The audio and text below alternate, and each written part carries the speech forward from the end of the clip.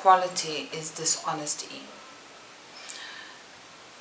So what I want to talk about this is, in English you get a name called white lies, and so what they are is little lies. So for example, I do believe everybody tells little lies and big lies, but little lies are easier to forgive.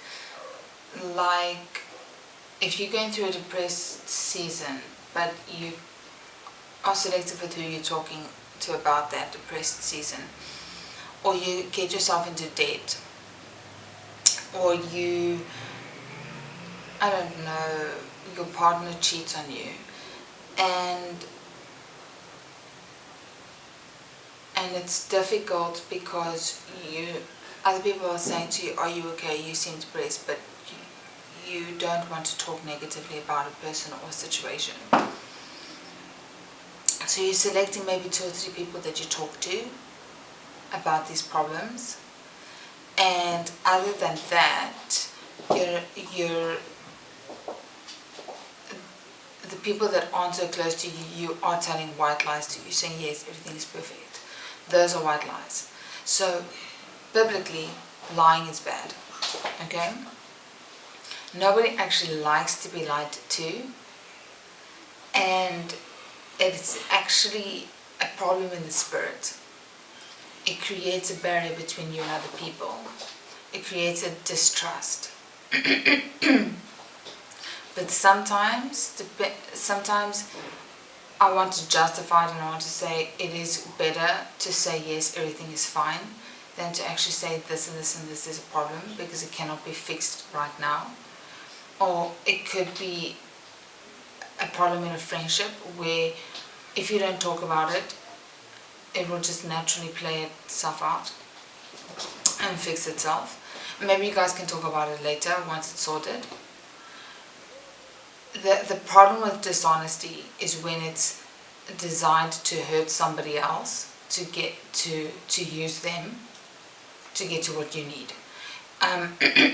So basically, toxicity is about using people, doing things to people that can hurt them to get to where you need to go, to benefit you.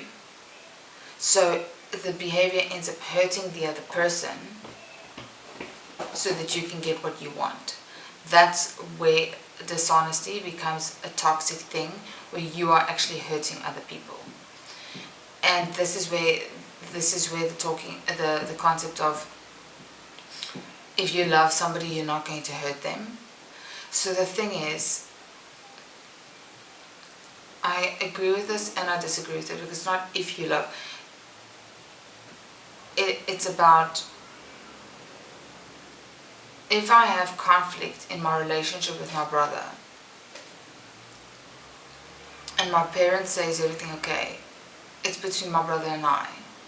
So I'm not going to involve them in it. I'm going to say yes, everything is okay.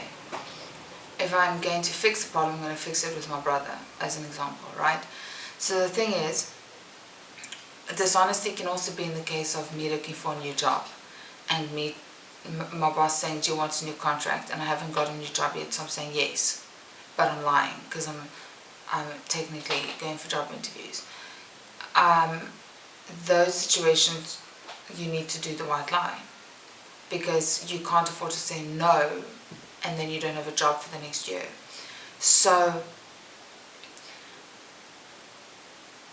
where this becomes a problem, this is why I say dishonesty on its own isn't necessarily a bad thing.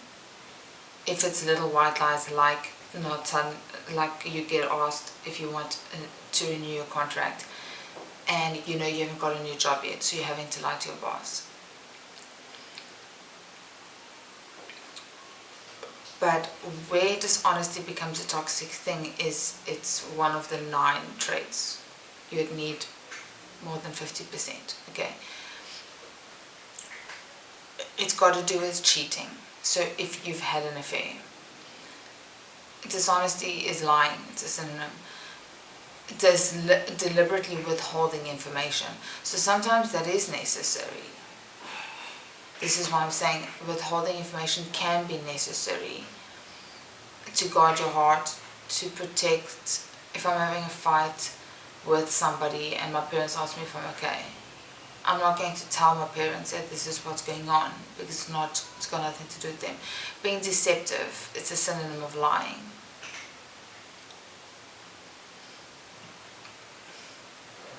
The problem is that what it causes is distrust. And the other person can maybe sense it, but they can't prove it, and it could end up hurting them. So I would say be careful with how we're going to be dishonest, what kind of white lies we're going to tell.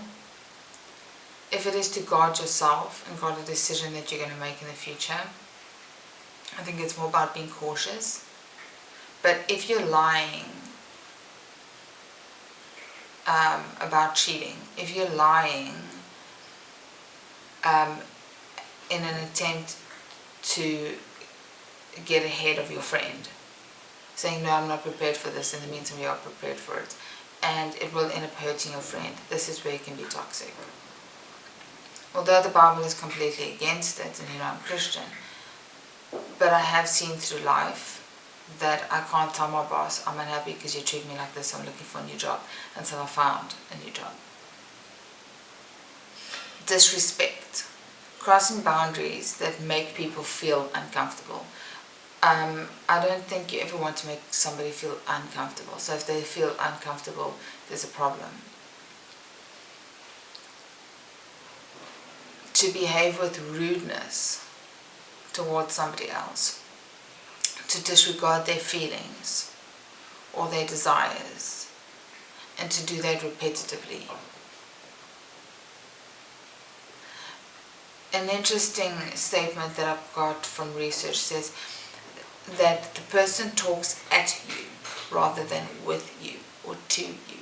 So talking at you is almost like two adults in a conversation, and the one person is talking like they're the parent talking to the child, but the other person isn't a child, the other person is an adult. Okay, talking behind a person's back.